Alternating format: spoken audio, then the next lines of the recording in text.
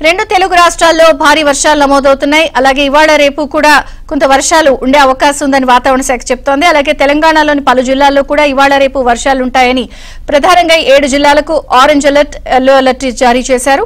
అటు ఏపీలో కూడా చాలా ప్రాంతాల్లో చాలా జిల్లాల్లో వర్షాలు నమోదవుతున్నాయి. వాగులు వంకలు పొంగి పొరలుతున్నాయి. ఇక అప్డేట్స్ ధవళేశ్వరం దగ్గర నుంచి, ధవళేశ్వరం బారేజ్ దగ్గర మా ప్రతినిధి రాజాబాబు ఉన్నారు. అలాగే కర్నూలు తుంగభద్ర నది ప్రవాహం కూడా భారీగా పెరిగిన నేపథ్యంలో సుంకన్న కర్నూలు నుంచి వివరాలు అందించడానికి సిద్ధంగా ఉన్నారు. ముందుగా ధవళేశ్వరం బారేజ్ దగ్గర రాజాబాబుతో మాట్లాడదాం. రాజాబాబు, అప్డేట్స్ ఏంటి? ఏపీలో 4 జిల్లాల్లో కుంభవృష్టి కురిసే అవకాశం ఉందని వాతావరణ శాఖ చెప్తోంది. విజయచంద్రిక, ఎగువ ప్రాంతాల్లో కురుస్తున్న భారీ వర్షాల వల్ల గోదావరిలో వరద ప్రవాహం క్రమంగా పెరుగుతుంది. బంగాళాఖాతంలో అల్పపీడన ప్రభావంతో గత 2 రోజులుగా కూడా భారీ వర్షాలు కురుస్తున్నాయి. ఎగువ ప్రాంతాల నుంచి భారీ స్థాయిలో వరద నీరు గోదావరిలో చేరుతుంది. ఈ నేపథ్యంలో గోదావరిలో వరద ప్రవాహం క్రమంగా కూడా పెరుగుతుంది.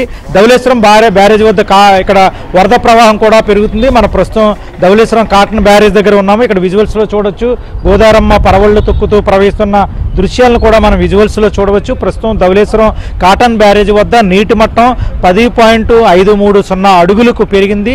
దీంతో జలవనరుల శాఖ అధికారులు బ్యారేజీకి సంబంధించి 175 గేట్లను కూడా స్వల్పంగా ఎత్తివేసి 8,53,000 క్యూసెక్ల వరద నీటిని దిగువకు విడుదల చేస్తున్నారు. మనం విజువల్స్ లో చూస్తున్నాము. ధవళేశ్వరం కాటన్ బ్యారేజ్ వద్ద గోదారమ్మ పరవళ్లు తొక్కుతూ ప్రవహిస్తున్న దృశ్యాలను మనం విజువల్స్ లో చూస్తున్నాము.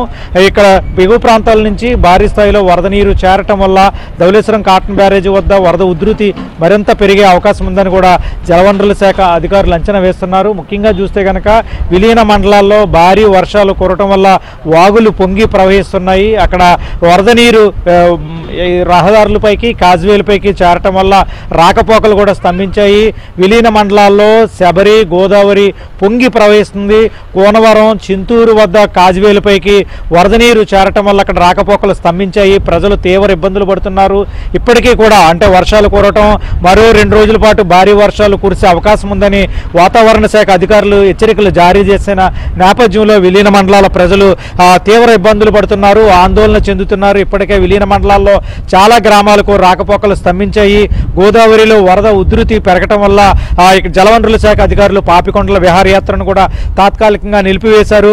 మనం ధవళేశ్వరం బ్యారేజ్ దగ్గర చూస్తున్నాము. మత్స్యకారులు కూడా ఇక్కడ వరద ప్రవాహం ఎక్కువగా ఉన్న నేపథ్యంలో మత్స్యకారులు కూడా బోట్లను, నాటు పడవలను గట్టు దగ్గర నిలిపివేసిన దృశ్యాలను కూడా మనం విజువల్స్ లో చూడవచ్చు. మత్స్యకారులు ఎవరు కూడా చేపల వేటకి వెళ్లకుండా ఇక్కడ బోట్లను నిలిపివేసిన దృశ్యాలను కూడా మనం విజువల్స్ లో చూస్తున్నాము.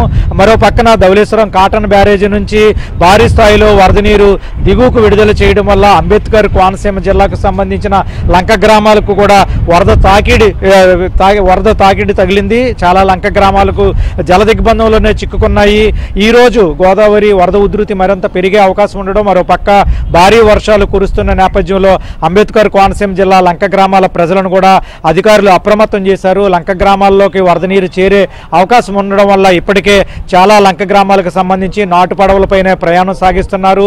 పీగన్నవరం మండలానికి సంబంధించి గంటి పెదపూడి, అరిగిలవారి లంక, బూరుగు లంక ఈ గ్రామాల ప్రజలంతా కూడా నాటు పడవలపైనే ప్రయాణం సాగిస్తున్నారు. మరో పక్క చూస్తే కనుక అంబేద్కర్ కోనసీమ జిల్లాకు సంబంధించి వరద తాకిడి ఉండడం వల్ల చాలా పంటల్లో రాకపోకలు కూడా, బోట్ల రాకపోకలు కూడా నిలిపివేశారు. పంటల్లో వాహనాల రాకపోకలు కూడా నిలిపివేయడం వల్ల ప్రయాణికులు అయితే కనుక ఇబ్బందులు పడుతున్న పరిస్థితి అయితే నెలకొంది. ప్రస్తుతం ఎగువ ప్రాంతాల నుంచి భారీ స్థాయిలో వరద ప్రవాహం గోదావరిలో చేరుతుంది.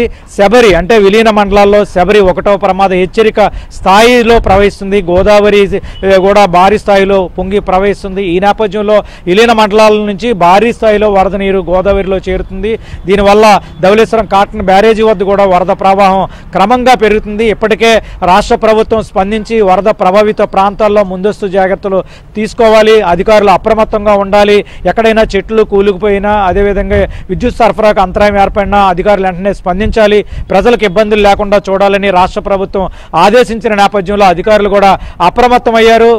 ఏదైతే వరద ప్రభావిత ప్రాంతాలు ఉన్నాయో వరద ప్రభావిత ప్రాంతాల్లో అధికార యంత్రాంగం కూడా పర్యటించి ప్రజలను అప్రమత్తం చేస్తున్నారు. ప్రస్తుతం అయితే కనుక ధవళేశ్వరం కాటన్ బ్యారేజీ వద్ద వరద ఉధృతి కొనసాగుతుంది. ఈ రోజు సాయంత్రానికి వరద ప్రవాహం మరింత పెరిగే అవకాశం ఉందని కూడా జలవనరుల శాఖ అధికారులు అంచనా వేస్తున్నారు.